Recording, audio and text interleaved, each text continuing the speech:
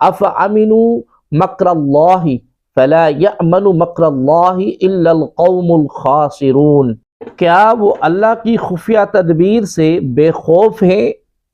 تو اللہ کی خفیہ تدبیر سے صرف تباہ ہونے والے لوگ ہی بے خوف ہوتے ہیں۔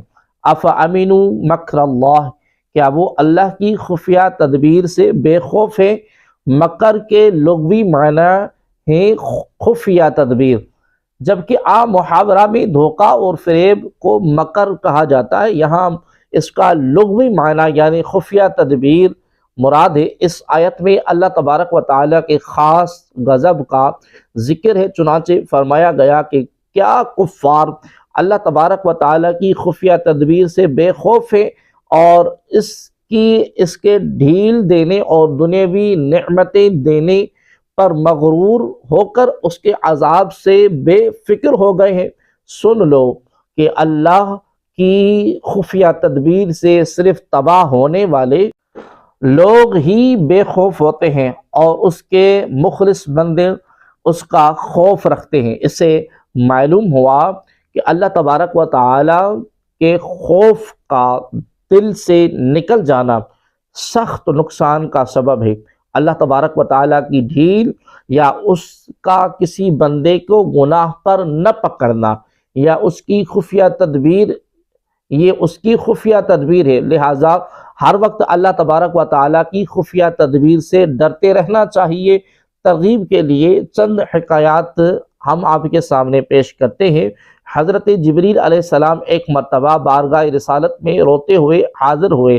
رحمت عالم صلی اللہ علیہ وآلہ وسلم نے دریافت کیا، اے جبریل تمہیں کس چیز نے رلایا؟ انہوں نے عرض کی، جب سے اللہ تعالیٰ نے جہنم کو پیدا فرمایا ہے میری آنکھ اس وقت سے کبھی اس خوف کے سبب خشک نہیں ہوئی کہ مجھ سے کہیں کوئی نافرمانی نہ ہو جائے اور میں جہنم میں ڈال دیا جاؤں۔ جب ابلیس کو مردود ہونے کا واقعہ ہوا تو حضرت جبریل اور حضرت میکائیل علیہ السلام رونے لگے تو رب تبارک و تعالی نے دریافت کیا، حالانکہ وہ سب جانتا ہے تم کیوں روتے ہو؟ انہوں نے عرض کی، اے رب عز و جل ہم تیری خفیہ تدبیر سے بے خوف نہیں ہیں۔ رب تبارک و تعالی نے ارشاد فرمایا، تم اسی حالت پر رہنا، یعنی کبھی مجھ سے بے خوف مت ہونا۔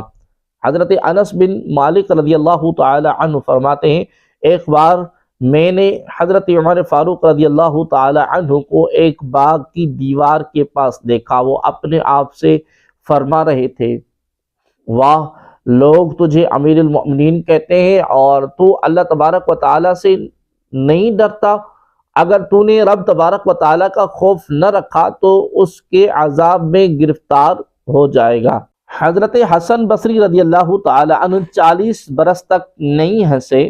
جب ان کو بیٹھے ہوئے دیکھا جاتا تو یوں معلوم ہوتا گویا ایک قیدی ہے جسے گردن اڑانے کے لیے لایا گیا ہو، اور جب گفتگو فرماتے تو انداز ایسا ہوتا گویا آخرت کو آنکھوں سے دیکھ دیکھ کر بتا رہے ہیں، اور جب خاموش رہتے تو ایسا محسوس ہوتا گویا ان کی آنکھوں میں آگ بھڑک رہی ہے، اور جب ان سے اس قدر غمگین اور خوف زدہ رہنے کا سبب پوچھا گیا تو فرمایا، مجھے اس بات کا خوف ہے کہ اگر اللہ تبارک و تعالی نے میرے بعض ناپسندیدہ اعمال کو دیکھ کر مجھ پر غضب فرمایا اور فرما دیا کہ جاؤ میں تمہیں نہیں بخشتا تو میرا کیا بنے گا۔